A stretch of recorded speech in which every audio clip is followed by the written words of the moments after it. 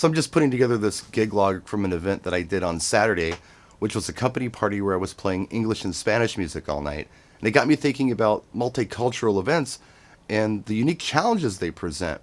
And they can be very rewarding. I enjoy doing them. And I just did a wedding about maybe 3 weeks ago where the groom was from Nepal and the bride was from here in Milwaukee. So I've got this half and half mix of kind of Indian and American English. And I've got to create that balance.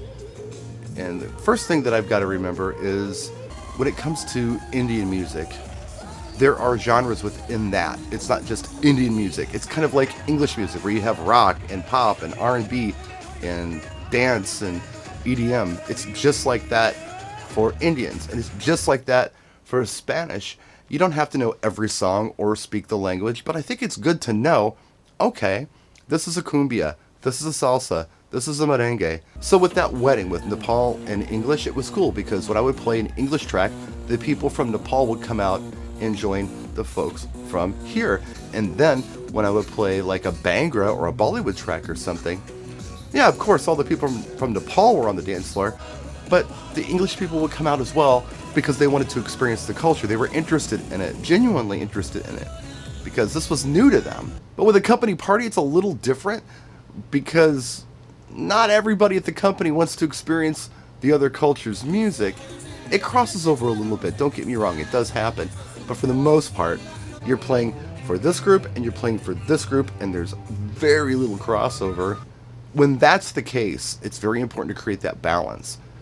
You don't want to go into a company party where it's half English, half Spanish, and play 7 or 8 song English sets, because if you do that, you alienate your Latino audience, and vice versa. You don't want to play 7 or 8 song long Spanish sets because you alienate your English speaking audience. And with Spanish music, I gotta stress this because it comes up a lot. Not all Spanish music is going to work for every crowd that's in front of you.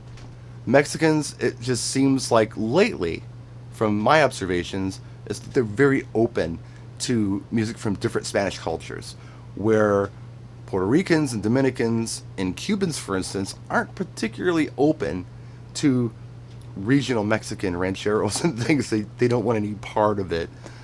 Knowing that is important, but it's fun. And if you get the opportunity to do it, and you're up to the challenge of kind of learning the genres within the culture, that's something that maybe you might want to take advantage of. So another thing about music, the genres are important, but the specific song isn't always as important as you'd think. With English music, if you play a rock song, it needs to be the right rock song that they want to hear. They're not just going to come out and dance to any old rock song. It seems like with a lot of cultural music, like Spanish music, for instance, you don't always have to play a specific bachata just so it's a bachata. They'll dance to it. They want a song that goes with the dance they want to do. Same with salsa or merengue. Yeah, there are favorites, don't get me wrong, but the specific song isn't nearly as important as it is with English music. At least that's my findings anyway for these multicultural events.